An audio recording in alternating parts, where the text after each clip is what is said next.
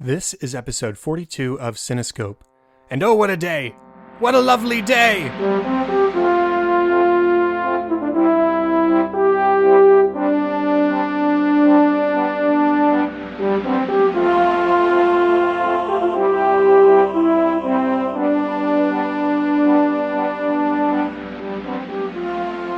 Welcome to Cinescope, where our goal is not to criticize or to assign ratings, but rather to celebrate the movies we love, exploring story, characters, music, and relevance to the world around us. I'm your host, Chad Hopkins, and joining me today is Corey Poff to talk about one of his favorite films, Mad Max Fury Road. Corey, how are you doing tonight? I'm doing very well. How are you? I am doing well as well. How about you tell everybody a little bit about yourself? Because you and I have known each other for a few years at this point. In fact, everybody knows that I used to co-host Movie Bite, and you're sort of the reason I landed that job with TJ, was you sort of passed my name on to him and everything happened. Oh, yeah. I was actually just thinking today, we've known each other for a surprisingly long amount of time in internet time. Yes, I think 2012 or so. That sounds right. 2012. Because you were one of the first people I got to know on Twitter, actually. Oh, cool. Yeah. So how about you share a few things about yourself, what you do, anything you want people to know about you? Well, clearly, since I'm on this podcast, I really enjoy watching movies and talking about them. I love books and I like reading, and I feel like those two interests feed off of each other and inform each other. I also do web development, and I live in North Carolina. I got married this past year, baby on the way in October. Yeah, I mean, those are the most relevant pieces of info about me. Definitely the most interesting part. Well, congrats on the marriage and on the upcoming baby. I'm happy for you. Thank you. And it does need to be said, you read a lot. You are one of the most well-read people I know, I think. Well, thank you. I will definitely take that as a compliment. That's basically the best compliment you can give someone who likes to read. Great. Well, are you ready to move on and just go ahead and start talking about our movie? Yeah, let's go. Let's do it. So we are talking about Mad Max Fury Road, which came out on May 15th of 2015. And this time it is not an accident that we are talking about this movie basically on its 2-year anniversary. It was directed by George Miller, who directed the original Mad Max, Mad Max 2, and Mad Max Beyond Thunderdome, as well as the Nightmare at 20,000 Feet segment of Twilight Zone the movie, as well as The Witches of Eastwick, Lorenzo's Oil, and here are the big hitters, Babe, Pig in the City, Happy Feet, and Happy Feet 2. This film was written by Miller, Brendan McCarthy, and Nicola Thoris, and the music was by Tom Holkenborg, aka Junkie XL, which is what most people, I think, know him as. But I think this score, let's call him Tom Holkenborg. Yeah. He also composed the scores for Paranoia, 300 Rise of an Empire, Divergent, Black Mass, Point Break, Deadpool, Batman v Superman, Dawn of Justice with Hans Zimmer, The Dark Tower, and is set to score the upcoming Justice League as well. The movie stars Tom Hardy as Max, Charlize Theron, Nicholas Hoult, Hugh Keays-byrne, Rosie Huntington-Whitely, Riley Keough, Zoe Kravitz, Abby Lee, and Courtney Eaton. So, what was your first experience with this movie? I actually went to see it with a friend of mine. I don't think I got to make it to opening night, but we went, I think, the first day that it was open, and we saw it in theaters. And I distinctly remember coming out of the movie with my friend, and we got into our car and we were driving, and we hadn't said a word to each other since the movie finished. And finally he just goes, "Wow." And that was it for the next 5 minutes. And then after that, it pretty much supplied us with conversation fodder for the next 3 days on and off. Like we just talked about it. The aesthetic elements of it, the acting, the cinematography, the music, and then the themes as well. There was just a whole lot to talk about. And it was kind of exhilarating, to be honest, that we went and saw this movie, which everyone was hyping up as an amazing action film, and it ended up being more than that. Okay, I also saw this in theaters with a really good friend of mine, and not that it was necessary, but I hadn't seen any of the previous Mad Max films. This was a completely new franchise to me, and I really didn't even know anything about the movie. I don't remember, thinking back, I don't remember a whole lot of promotional material or trailers or anything like that. I went and saw this movie basically because my friend wanted to see this movie. He was getting ready to head out of town, and it'd be the last time I'd see him for a while. And so this was his choice. And he loved it. At the time, I did not. I didn't hate it. I didn't dislike it at all. I just thought it was fine. I didn't think it was amazing as everybody else certainly seemed to make it out to be.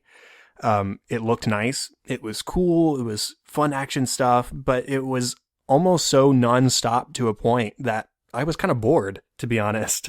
And I've owned this on Blu-ray now for a year almost, and still hadn't rewatched it. I'd only seen it the one time in theaters up until today, actually. And part of that was because you had been raving about it on Twitter recently, and it was the 2-year anniversary, so everybody else was raving about it. And I thought, I have a movie show. Let's watch it and talk about it. And honestly, I did walk away from it this time with a lot more. I don't really know what to attribute my lack of interest the first time around to, but this time around, I guess I was just a whole lot more focused on everything beyond the action. Mm-hmm. And that makes a difference. You have to be prepared to look at things certain ways sometimes in order to get their full potential out in front of you. Absolutely. Yeah, so this time around, I definitely appreciated it and enjoyed it and was emotionally affected by it a lot more than I was the first time I watched. Excellent. Yeah, I know that you're glad to hear that for sure. Oh, yeah. Well, let's go ahead and start talking about what we do like about it. So just basic story stuff, cinematography, what kind of stuff in there is there to like? I mean, everything. For me, everything. It really is. I can count, I think on one hand, the movies that I've watched. And I love a bunch of movies, but I can count on one hand the movies that I've walked out of and thought, wow, there really wasn't anything artistically that I would have improved on there. The other ones, let's see, there's the movie Prisoners, then there's Pan's Labyrinth, and then there's this movie. And just, I feel like everything from the pacing, the way that George Miller structured the story. Yes, there's a story for everyone out there who's like, what story? And even the action, I know you mentioned in the initially you walked out and you felt that it was so breathless and nonstop that it got boring. And I think one of the things that really impressed me for an action film was that, yes, there's a lot of action, but there's a surprisingly deep story going on beneath the action. And really the action doesn't mean much separated from it. And I like that. I like that there is a cohesion there. I think that's very unique too in modern action films, unfortunately. I agree. And, part of it that first time might have just been that I was so overwhelmed by the action that I wasn't focusing as much on the story and on the characters and those relationships as I should have. To start talking about just the visuals of this film, it's visually striking from the very first shot when you see Max overlooking out into the desert with the car next to him. And just the way Miller and his cinematographer filmed sand even is mesmerizing. I don't understand people with that talent because I certainly don't have it. But it's amazing how just that first shot of the film when you're seeing Max from behind, it's breathtaking. Well, it sets the tone for the entire film so firmly. You never doubt from that moment on whose world you're in. This is Max's world, and by extension, George Miller's world. And it just feels like, I've seen the opening scene, probably 7 or 8 times now. And it just has that feeling. I'm sure you've encountered it with other movies. It feels like something that you're going to watch, let's say 30 or 40 years from now. And it will be one of those iconic moments from film. Oh, certainly. It just sticks with you. And you're like, oh, yeah, it's like that scene in Fury Road, the opening scene in Fury Road. And everyone's going to know what you mean because it's just that scene. Yeah, and I think there are actually a lot of scenes in this movie that are going to be looked back on as technical achievements, huge technical achievements. And there are even some strong character moments from from Charlize Theron as Furiosa and as Tom Hardy as Max, or even Nicholas Hoult as Nux. There's these individual character moments where they are really allowed to shine, and it's on such a higher level than most typical action films. You're right. But it's not just the cinematography, it's the makeup, it's the costume design, the character design, the world building. It's all so next level. It's outstanding. And even simple things, I say simple, the flame effects. These aren't simple flames or explosions we see. There's this sort of color to them that you don't get in most other films that just adds another level to the visceral quality of the special effects. Absolutely. And you mentioned the world building, which is for sure one of my favorite things about the film, simply because in addition to being very robust and there's a lot going on and it's very colorful and interesting, I also just love that Miller does not treat his audience like they're idiots. He does not feel the need to explain every single aspect of this world. There's stuff that goes on that he never fully explains, but you feel like there is significance to it because of the part it plays in everything else that's going on. You know, he doesn't fully explain how this macho death cult that worships cars got started. He doesn't feel the need to have like some drab narration going on, you know, such and such happened and that led to this and that led to that. It's all just organic in the world itself. You feel like there's a history here that's very rich, and it definitely lends itself very well to capturing your attention and keeping it for the entire film. Yes, and then as you were talking about, the chase of it all is cool. The actual action sequences are great, but there is a surprising amount of story depth here. There's survival, there's sacrifice, equality, redemption. All these things are deep thematic concepts that are buried and revealed throughout the film. Mm-hmm. And even just like the basic concept of the story, you have these people who are at the whims, at the mercy of this Morton Joe, and the desperation of these people who need water, who rely on this cruel man to simply to supply it for them lest they die. It's heartbreaking. And I use that word a lot on this show, but or at least it feels like I have the past couple episodes, but it really is. I teared up watching these people so desperate for water, watching these young men who are sacrificing themselves for some attempt at glory for this man who ultimately doesn't care about them. These people who aren't educated, they don't know what trees are. I mean, there's so many levels deep that this goes, where these people are oppressed and they're not getting anywhere with this guy at the head. Right. Yeah, he's milking women. He's treating people as property. He's treating people as blood banks. He makes Max a blood bank because he's a universal donor. It's just depressing knowing what world these people are living in, and it just gives you all the more reason to root for Furiosa, to root for Max and the wives as they are trying to make their escape. Yeah, the world that he drops you in, I really like that. In addition to not speaking down to the audience, he also doesn't go the route that would be really easy to take, where you over sentimentalize things, if that's even a word. I feel like it should be if it's not. It works for me. Where he's not setting out to tug on your heartstrings. It's just the emotion of a well-told story that ends up bleeding through and making you respond in that way, versus something blatantly manipulative, where the melodrama is just so sledgehammered on.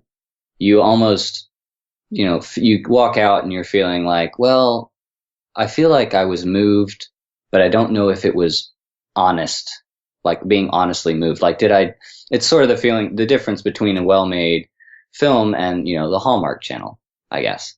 Right. And I really liked that the emotion in the story was very natural, and it just came out of him telling the stories of these characters in a very dark world, and whatever will be, will be. You're right. There weren't any moments in this film where I was getting emotional that I felt that it was a result of them souping up the emotional music and really like having a character on screen crying. So I knew that it was my turn to cry too. Right, It was right. just the situations these characters are in naturally that made me emotional at times and alternately made me cheer. It was never manufactured. It was all organic. Anything else about the story you wanted to talk about? No, I think we'll start digging in more in that in the themes section. So Definitely. Well, let's talk about characters. So what do you have to say about Tom Hardy as Max? brilliant. I mean, I love Tom Hardy. I haven't seen anything with him in it where he's disappointed. I think I first saw him in Inception. He was great as Eames, and he really took Max's character with this very limited script. He has very few words to say throughout the entire film, but he makes all of those words count. And he also manages to say far more just with his facial expressions than, frankly, a lot of actors today can with, a 2-hour script. Yeah, he is a man of few words. He emotes very well. You see a lot in his eyes. He's clearly a character who's haunted by the failures of his past. We get that through these flashbacks or these visions that he has popping up in front of him that cause visceral reactions. He will shield his face when he sees something coming at him, even though nothing's really there, because he's thinking back to these failures in his past. He has this instinct to run, to survive, but it almost seems like that's what caused him to lose the people in his life in the first place, was him running away. Mm-hmm. And, he sticks to his instinct of survival throughout the film, but it transforms from survival for himself to eventually survival for Furiosa and the wives. And it's because first off, she starts trusting him because she's in a moment of desperation, and it's her only choice. I have to trust this man who has just threatened me and these other women, or I'm going to die at the hands of Immortan Joe. And Max recognizes that. He recognizes that she is trusting him and putting faith in him, even though she has no real reason to, based on the way he's treated her. And he starts to turn it around. And so what starts as survival for himself turns into survival for these other people. And that becomes his mission over the course of the film. Yes. His character arc is very much one of self-serving, self-concerned survival mode to really, it's a very redemptive, self-sacrificial conclusion. And to watch that exchange between he and Furiosa and the way that they relate to one another morph over the course of the film, it feels simultaneously like the most natural thing in the world and also quite tremendous. Like, this is a big deal that this is happening for this character. And I love watching even the way his facial expressions soften, not in a sentimental way, but in a caring way. There's a tenderness that comes into him that was not present prior to meeting these women. And that resonates with me on a number of levels. I think that it's a very beautiful character arc. His first interaction with Furiosa is one of aggression. They're fighting each other. Mm-hmm. And by the end of it, he's desperately trying to give her a blood infusion, which, yes, that's expert setup and payoff on Mr. Miller's part. We know it from the very beginning that he's a universal donor. And here at the end, here he is trying to save somebody with his universal blood. That's wonderful storytelling, but then it's also a wonderful transformation for the character. You see the polar opposites that happens over the course of this film. Mm-hmm. Now, what about Furiosa herself? I really loved the way that Charlize Theron played her, because there was a lot of potential there. I feel like for the vast majority of films in Hollywood, whenever you have there's such a drive to have a tough woman character that it always rings a false note. They always go one step too far. It feels like everyone has to be this macho person who's throwing other people around, and we're going to have a throwdown whether they're male or female. And it feels like you're shoving a male character into a female's role. And it feels false. And they didn't do that here. She plays Furiosa as a hardened, tough, but not macho woman who has had a very hard life and who is doing everything in her power to protect those who are with her, particularly these more vulnerable women. And she does that every way that she knows how. But she also, I know it's probably easy to overlook this line in the film, but I feel like it has a lot of significance. When she says she meets the mini mothers towards the middle of the film, and she points to Max and Nux, and her description of them is what? She says they're reliable. And that right there, I feel like, is probably the crux of the matter for her, is that her entire life, the only men she's known have taken advantage of her, have abused her, have treated her in every way except the way that men ought to treat women. And here, for the first time, she's encountered men who have stepped into the role that they're supposed to have and are actually fulfilling that and trying to fulfill it, even when they do it clumsily or they're not quite there yet. That's what they're trying to do. And she responds to that. And it's a very powerful thing. That's a really good point. She's not the only character to come across this either. You know, Nux, we'll get to him more in just a moment, but Nux has a similar transformation where all of a sudden somebody is showing him kindness and showing care and compassion towards him, and it transforms him. It turns him into somebody completely different. He starts fighting for a different side. What that sort of boils down to is, you know, treat people as you want to be treated. That's a very basic concept. But Furiosa has lived her whole life not knowing kindness from men, and here are two men who are helping her out. And Nux goes his whole life thinking that Immortan Joe is going to ride with him to Valhalla, and he comes to find that's a lie, and there's this woman over here who shows him compassion and shows him a different path. And it's just a really good visual of treating people correctly. One moment that I really love from Furiosa is pretty much the first time we see her as they're driving off, they're going down the road, and she makes this look before she actually turns the wheel and goes off course. And it's this very clear decision to defy Immortan Joe, knowing that it could cost the lives of her and of the women she's trying to harbor and protect. And then, as I was talking about earlier, she decides to trust Max despite his unkindness because it's the only choice he has. It's a sacrificial choice to save the other women. And because she puts her faith in him, he begins to put faith in her. And in fact, she's a beacon of hope for everybody. That's really what Furiosa sort of represents, is because she is this character who has witnessed a better place. She grew up in the green place. She remembers it from her childhood, and that's where she's taking people back. And it's the only thing anybody's ever heard of this place that's not covered by sand. And that's what they're driving towards. They're driving towards this oasis, this utopia that is so different than what they've always known.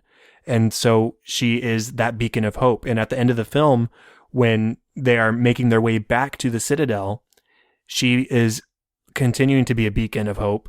She has killed Joe. She has almost lost her life. Max is desperately trying to save her. And it just shows how much this character is central to this film, even more than Max himself is. The movie is called Mad Max, but it's really more about Furiosa in a lot of ways. Yeah, I mean, the fact that Miller managed to I feel like he juggles two main characters and doesn't shortchange either one. He plays them off of each other very, very well.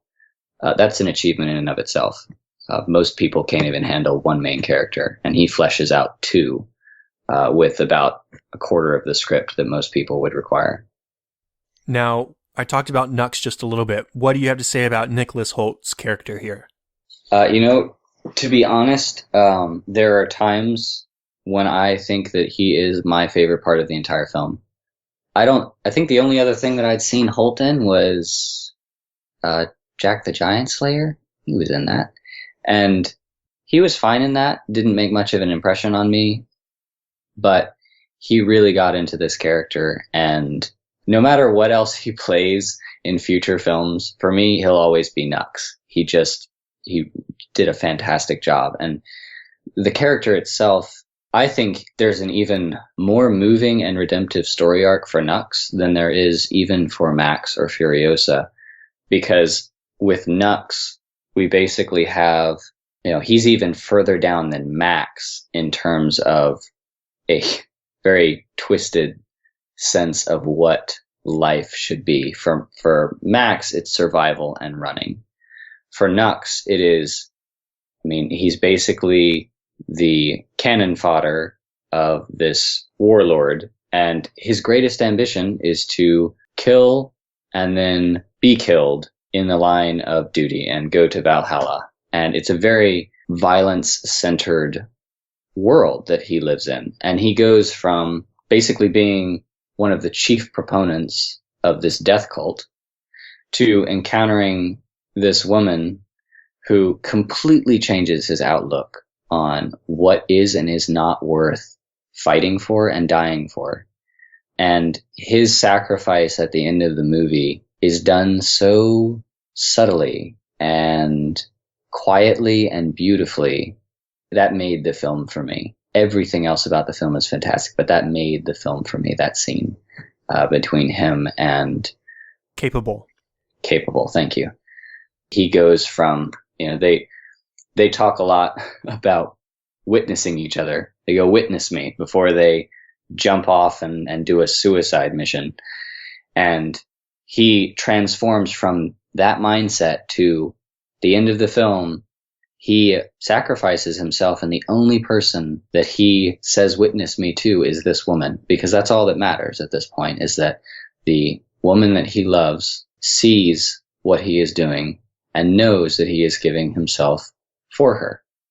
And when she acknowledges that, that's all that matters to him. And it is a complete 180 from the Nux that we get to know at the beginning of the film. You pretty much said everything for me. Nicholas Hoult, his character Nux here, is probably my favorite as well. The only thing I think I'd seen Nicholas Hoult in before was he's in the X-Men movies as Young Beast, First Class, and... Oh, that's right. Okay. Whatever, the Days of Future Past. Yes. And also he was in Warm Bodies. I think those are the only other films I've seen him in. And this is, again, a 180 for him as an actor, I think, to play such an extreme character in this film. But going from seeking glory and death to seeking glory and approval in the eyes of Capable, that is such a huge turn for this character. And it doesn't feel like it's shoehorned in. It's, again, a very natural, a very organic growth for the character as you watch it in the film. Absolutely. And again, props to George Miller for handling all of that as pitch perfectly as he did. Now, I have the wives sort of grouped into a category together. These are all brave women who are just seeking a better life. That's all they're doing. They're fair, they're beautiful, they're soft, but they're at the same time willing to do whatever it is, whatever it takes for freedom.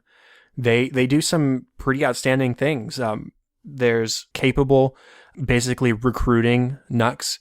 There's Angharad, I think that's how it's pronounced, who does die in this film, but it's sort of as a taunt to Immortan Joe in the first place. She's sort of hanging out the side of the truck saying, hey, look at me over here. I've got your baby, that kind of thing. She's taunting him. Right. And you've got Zoe Kravitz as Toast, who is obviously familiar with guns, and at the end, she's the one who distracts Joe long enough for Furiosa to kill him. And you've got these other girls, they're willing to do whatever it takes, and they're so close-knit, understandably. They are a very close group of women because they're dealing and struggling with the same problem with Immortan Joe. They are there to give him children, and that's it. That's the only value they have, and that's the only value they've ever known. So as they struggle together and they grow close together and they're escaping together now, the loss of Angharad is devastating to them.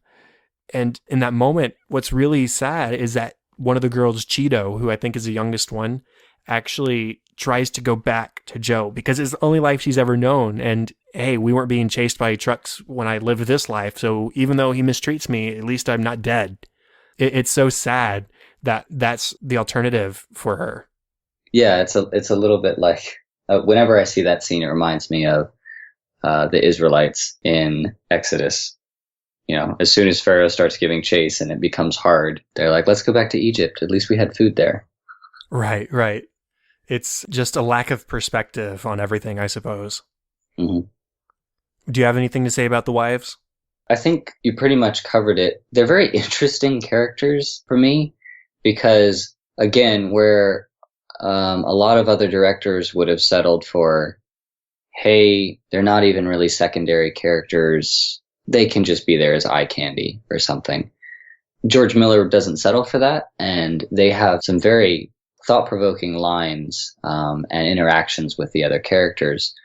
And I really enjoyed, for me, some of the more touching moments of the film were actually seeing the wives interact with the mothers when they meet them. I cannot remember her name, but there's one of the wives makes a comment about how she thought the mothers were better than killing everyone that they came across. And this older woman takes her aside and shows her a basket full of seeds and fruits. And it's this moment of sanity and calm in the midst of this bloody and violence-ridden tale where we basically have an even bigger perspective going on, where she says, look, it wasn't always like this, and this isn't normal. This isn't what we should be doing. This isn't the world that women ought to know naturally. And also that carries over then in the later scene where Max is leading them back through Joe's men, and the one mother is cut during the fight and she's dying. And what does she reach for? She doesn't reach for one of the weapons. She doesn't reach for the things that you might expect her to reach for. She reaches around and tries to get her hope chest or her basket that she showed the woman earlier. And the wife, she hands it to her because she knows there's been this connection there. I feel like I don't quite appreciate that as much as I want to. And I think, again, that's one of the things that makes it a good movie, is that there's more to dig into there that I don't even feel like I've started to, and I've watched it 6 or 7 times now. So it's just a really rich story, again, with great characters, and the wives are no different in that respect. Are there any other characters that you wanted to mention? Like maybe a Morton Joe? I don't have a whole lot to say about him, but... Well, I would just mention him actually in contrast with Max, because I think that's where he's most interesting. And one way that they're fun to look at is that when you consider that in a lot of ways, women are central to both of their worlds. Both Joe and Max are intimately related to and concerned about women. And yet their ways of approaching it are far different. They're opposite.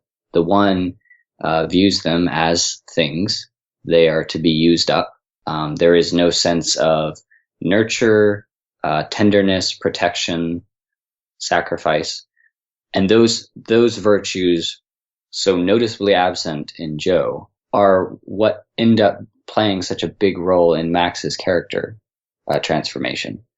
And so, yes, women are central to both, but in only one of them are they actually valued and treasured and protected. And that ends up making all the difference. Right. Joe only wants to protect them in the sense that they're his property and they might give him a son as an heir. Whereas Max is actually concerned about the value of their lives and the right they have to live a good life. Right. It really boils down to the difference between viewing yourself as the center of the universe, which Joe clearly does, versus viewing yourself as put here to serve, which is what Max eventually sees himself as.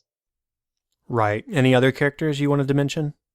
I mean, props to the guy who was on the war rig and playing that bass guitar with the flames.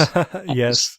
That was probably I remember laughing out loud in the theater, but it's so weird, but it just fits. So whoever he is, thank you, because it's a memorable part of the film. Yeah, there are a lot of interesting character designs and concepts, from the war boys themselves to Immortan Joe himself. I mean, he's a disgusting individual. You see him prepping for his body armor or whatever you want to call it at the beginning of the film.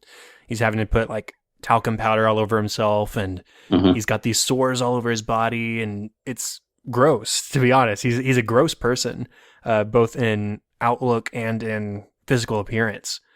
And then you have the bullet farmer and the people eater and all these weird named characters who are all so unique in their presentation. It really shows how imaginative Miller is, I think. For sure. Well, cool. Let's go ahead and talk about the music a little bit. So, as I said, it was composed by Junkie XL, is what he's most often known as. But I think this time, let's call him Tom Holkenborg, because that is his real name. And man, what a score he has given us here. I think it's not too far to say that this is probably his best score so far. Would you agree, or are you familiar with him at all? Oh yeah, I've followed his work more or less consistently since he scored Fury Road. I went back and listened to some of his earlier ones, and whenever he's got something new now, I always go and check it out, even if I'm disappointed by it. And to be honest, I totally agree. This is his best work, and even some of his later stuff, I feel like he borrows heavily from the work he already did for Fury Road. Yeah, he really hasn't come into the limelight as a primary composer until like the past 4 years or so.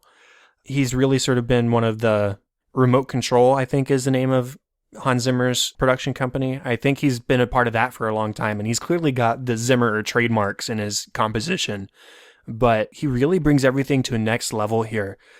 The entire score is so kinetic and integral to what is happening on screen. In fact, there's a lot of it that is actually what is called diegetic, which means that it is actually happening on screen. So the war drums, the electric guitar, all that kind of stuff is happening within the film, within the universe. They are actually playing and performing this music, which is really cool. And it shows a lot to the value of music in that world. It's war music. It's a call to arms. It's driving music. I mean, that's what it is. And it's so, like I said, visceral and high octane and just so much fun to listen to. I also love that there's so much of it. I really hate when you go and get a soundtrack after you've seen the film and it's this stunted 45, 50-minute collection of music, and you sit there and think, I heard so much more music in the film. Where is it? And so he delivered the full thing with the deluxe edition of his Fury Road score. I mean, it's almost 2 hours worth of music. And I noticed, to be honest, my favorite track on the entire score has been and probably always will be Brothers in Arms, the extended version. That can just go across all of them, the extended version of every song on there. I feel like that particular track distills the epicness that is Fury Road. It's very, very heavy. It's very driving. The drums are prominent. But there is also a theme that comes into play about halfway through the song that really lends it a grandeur in addition to the power that's going on. It's not just, oh, this is heavy music and, oh, they're hitting the drums a lot. It's, wow, I feel like I want to, outfit my own war rig and go drive across the desert. It's just really good music. And I also noticed, I was listening to it again recently, and I noticed some of the later tracks, particularly those around the time when the wives meet the mothers, the music takes on an almost classical feel, which I appreciated a lot more in recent listenings. It's a contrast to what has come before, but it also fits very, very well. It's very moving, and you'll recall the scene where Furiosa, after figuring out that the green place no longer exists, she falls down on her knees and just screams into the wind. And aside from being a brilliant piece of cinematography right there, it's a beautiful shot. the music really matches that emotion. And that's all that I see in my mind whenever this piece plays. Yeah, you have the contrast of the high octane stuff as well as some of that mournful, those beautiful themes that you hear at the moments like at the very beginning when they are rushing for the water for the first time, or when Ingherred is killed, or at the end when everybody has learned that Immortan Joe is dead and they're free and they're going to have this new life with these new people leading them. All those moments, and the moment you mentioned, there's this really beautiful, stirring, more orchestral sound to contrast with the war drums and the electric guitar. And it really is masterful, I think, which is something I never thought I'd say about a Junkie XL score, which is why I want to call him Tom Holkenborg this time around. Yep. And all that being said, the extended edition, the deluxe version of this soundtrack is $7.99 on iTunes, 26 tracks, and like 2 hours plus. It is definitely worth the purchase. So if you like film scores at all, I would highly recommend going to check this one out. Now let's go ahead and move on to relevance or themes or concepts in the film that we can extract. So what do you have to start us off? Well, first, actually, very much tied into the themes, I'm going to recommend a book because I like recommending books. One that I think this would never happen, but I feel like the book and the movie should be packaged as one of those film book combos that they sometimes do. The book is Men in Marriage by George Gilder. And I recommend it because it's essentially a dissertation. It's the nonfiction version of Mad Max and of Mad Max's world. And I don't mean by that he's got characters running around with guns and spiky cars or anything like that. But it is a very long essay. One can call it's a book-length essay on men and women and their relation to one another and how they make up society. And so I would really, really encourage you and anyone who's listening to find that book and read it and then rewatch Mad Max. And you will see a lot of what Gilder talks about in terms of here's what happens when women are treated primarily as property. Here's what happens when men abdicate their responsibility, et cetera, et cetera. These things that Gilder talks about play out in story form in Fury Road. And so the film and the book really bolster each other in that way. So I highly recommend the book. In terms of themes, I just touched on at least two. Men and women need each other. They were created for each other. And it's really difficult, I think, to come away with the proper perspective on the film and what the film is saying without a biblical perspective of that. And just really, when men are self-serving and primarily concerned with their own happiness, their own whatever, and women are not treated as they ought to be, well, you're going to have a messed up society. And Mad Max is all of that reductio ad absurdum. It takes everything to an extreme.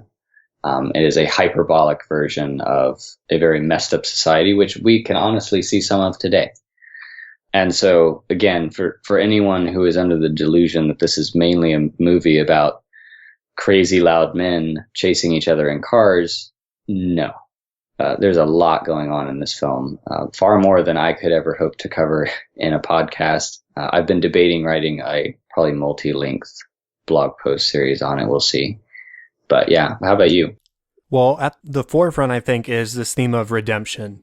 You have Max helping Furiosa and the wives to sort of redeem himself for any sort of failure he's had in his past of protecting people.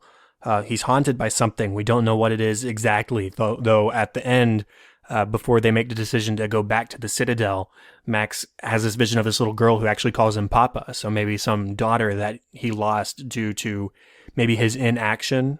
We don't know for sure, but that's something we can maybe assume. So you have him redeeming himself for that failure by protecting Furiosa and wives and helping them to get back and to find a new home for themselves. Then you also have Furiosa, who's helping the wives to seek a new home, to sort of redeem herself for maybe allying herself with Joe at any point. I mean, she's obviously worked with him in some way, to some extent, because here she is, a lieutenant, a trusted lieutenant, driving this rig to get fuel. So maybe some sort of redemption there on that front. And then the biggest one, I think, is obviously Nux, who betrays Joe, leaves this life of seeking Valhalla behind in order to help Max, Furiosa, the wives, and eventually sacrificing himself for their cause, for their protection. That's one of the big themes for me. And then just speaking of home, you know, there's this concept of home throughout the film where Max, his home has been destroyed. He's a vagabond. He's roaming around seeking the next place.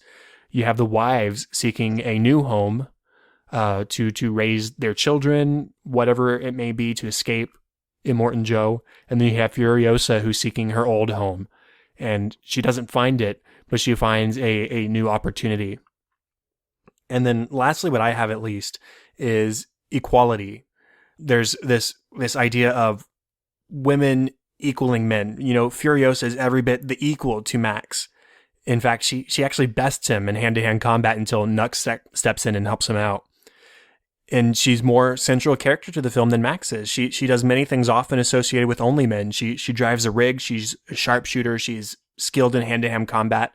But that doesn't take away her femininity either. It's just showing that she is just as capable as Max is. Even the wives prove themselves useful beyond just looking pretty. You have Toast, who's familiar with guns and distracts Joe. You've got capable recruiting Nux. You've got all of them standing strong against not only Joe, but the first time Max is introduced to these characters, he's sort of the antagonist. They stand up to him as well. And then lastly, you've got the Vuvolini, who are this clan of all women who are also capable shooters and drivers. So all of those ways in showing that women are equal to men. They all have their purposes, but there isn't this division that Immortan Joe has set up in the world of these people do this only and these people do this only. I think there's a sense in which the film is also pointing to a different but equal mentality with the male and female characters, in that, yes, Furiosa and the wives and the Vuvolini, they all in some ways fulfill the same roles, but also not really, in the sense that we see, yes, the women are doing these things that we might typically associate with men, but it's also quite clear that in some ways they shouldn't have to be. The women are on the run. They're trying to defend themselves from these men who are chasing them. And again, going back to Furiosa's comment about the men being reliable, again, with men and women being for each other, and when they actually work together, that's when you actually have society, or a society worth preserving. And they represent a sacrificial, and they complement each other in ways that you do not see in Immortan Joe's world at all. The women are able to do what they do when the men do what they do, and vice versa. They play off of each other. And that's something that I wish more films would acknowledge. And then one more aspect of equality that I had down was the people having an equal right to water, to food, etc. At the end, you know, everyone is so overjoyed at Joe's death and the hope of a new, better life led by these women rather than the cruel Joe and his war boys. It's just showing that, hey, all these people, we have a right to coexist together and have access to the same things. And then finally, what I have written down is the idea of survival versus sacrifice. And that's really the story arc of Max. He goes from seeking his own survival and running away, and then eventually the survival of the wives of Furiosa, willing to die to help them at certain points. And there's Nux, there's Furiosa, all of these characters who are willing to put themselves in danger to sacrifice themselves to protect others. So lots of these heavy issues that this movie definitely wrestles with. Anything else? I think that about covers it for sure. The themes of sacrifice versus survival, redemption, family, men and women. Again, that's why I really would highly recommend that book by Gilder, Men in Marriage, because I feel like it will make the film even deeper to you once you've read it. Thanks for the recommendation. Do you have any sort of final thoughts on the movie? Go watch it. If you have not seen it, you need to watch it. And then once you've watched it, watch it again. I'd also highly recommend getting the Black and Chrome edition, which is now out, probably been out for a few months now on Blu-ray. It is stunning. It's in some ways a very different movie from the color version, but just as much worth your time. I was going to ask you about that because I obviously haven't seen the Black and Chrome edition, but I was just reading where Miller said that the black and white cut was the best version of the film. So I'm curious to watch that. Yeah, and I may be remembering incorrectly, but I'm pretty sure I read somewhere that was the version of the film he wanted to release initially. It's his favorite version of the film. And it's really neat to watch the colorized and the black and white version back to back and compare and contrast. Yeah, I'll have to seek it out and see if I can enjoy that just as much, because I think the color is a lot of this film style-wise and cinematography-wise, but I think it could be just as visually stimulating in black and white. So I'd be curious to check that out for myself. Mm-hmm. As for me, I sort of had my own transformation watching this film, because the first time I wasn't crazy about it. I thought it was fine. And this time I think there's a whole lot more under the surface. And I love films that you can do that with, where you can just sort of be semi-mindless about it and just enjoy an extended 2-hour car chase. But on the other hand, I think there's so much thematically to struggle with, and story-wise and character-wise, there's a lot of meat on this film's bones that I think if you delve into it, you're going to be rewarded for that. So definitely check it out if you haven't, or go rewatch it. It's 2 years old now. Good opportunity to go watch it for the first time, maybe. So with that, I think that is the end of the official 42nd episode of Cinescope. Thank you so much for joining me tonight, Corey. Oh, absolutely. Thank you for having me. Contact for the show, you can find it on facebook.com/Cinescope Podcast and at Cinescope Pod on Twitter. Please remember to rate, review, and subscribe on iTunes. And just a quick reminder about the giveaway. I'm not going to go over all the details now, but if you listen to episode 41 or episode 40, all of the details of that giveaway are outlined towards the end of the episode. So go check those out. If you have any feedback or ideas, email me at thecinescopepodcast@gmail.com. And you can also use that to contact me regarding co-hosting. If you have a movie that you love, if you have a movie that you think you could talk about for up to 45 minutes or more, let me know. I'd love to have you on the show, just like Corey here. The best place to find me on Twitter is at Chadadada, that is CHADADADA, and also facebook.com/chad.hopkins. And all the show notes and all the contact information can be found at our website, thecinescopepodcast.com. And that's all for this week. Thank you once again, Corey. It's been awesome having you on the show. Thank you, man. And thank you, everyone, for listening to episode 42. I'm Chad Hopkins. This was Cinescope, and we'll be back next week with episode 43. Have fun and celebrate movies.